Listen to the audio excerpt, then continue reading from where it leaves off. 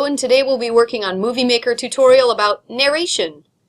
We'll record the sound using Sound Recorder, a separate application because it gives us a little more control later on, and we'll add and edit the sound that we record and put it into Movie Maker. As a reminder today, anything you want to find out about the project is on the project website. If you go to rycat.net, click Thompson Middle School, and go to our Truth or Dare project site. Remember that it has a separate tab for each part of the scope and sequence of this project, and we're starting with Get Sound Files today. There's information here about recording your narration and saving the narration to the project folder. Later on we'll be using the Edit Your Video tab, and on this tab I've also included different screencast-o-matics of different parts of the process, including inserting photos and videos, and I'll be adding more screencast-o-matics to this site as well. So first we'll take you into our Movie Maker file, and I'll open up Movie Maker just by going to here, typing in the word movie, going to Movie Maker. When I open up Movie Maker, I've got that here. I also took a little piece of that Truth or Dare website for recording your narration, and we'll use these steps as we go along today. So I'll open up a project that I started before. This is probably what you'll be doing, opening something you've already used, since now we're adding narration to it. So as a reminder, I've got that Start menu in the lower left corner of the desktop. That's where I type in Sound, and I open to find Sound Recorder. So let's do that to get that separate application for recording sound. And there it is. It pops up with a little prompt there, so I press to start recording.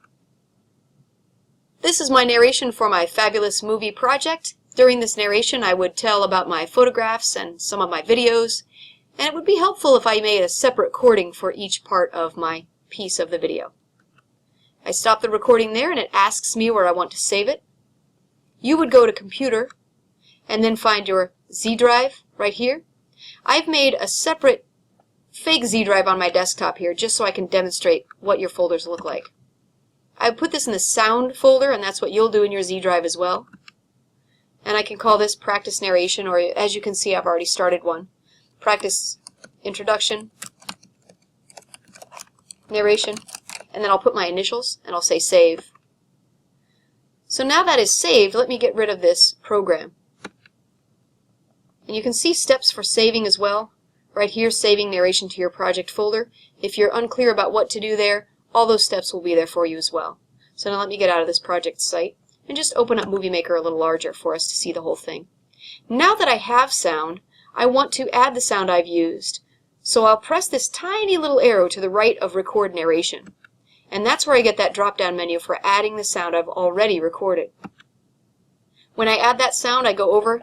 In this case, my Z drive is on my desktop because I made a fake one for us. But it's in my sound file. And there's my practice introduction that we made. And I can say Open. Notice that the narration is in brown. It looks like it has little mountains here. And those are my sound waves that indicate there is sound in this file. I can play this file to see if it has sound. This is my narration for my fabulous movie project. And as you can see, it does. If I put this in the wrong place, I can simply click and drag it. You see that little move prompt appears. And if I want to change the volume of that narration, if I was too quiet or if I was too loud, I can double click. I get additional tools. I can say narration volume, and I can boost that volume or lower it. And that can be very helpful with different group members, because different group members might narrate more loudly or more quietly. Also, this will be helpful later on when you're editing over a video clip or when you're narrating over something else. So if you add sound later on, like music, you might want to raise this volume so that the sound can be lowered and both things can be heard. So that's a quick set of tips and tricks about adding narration to your Movie Maker project.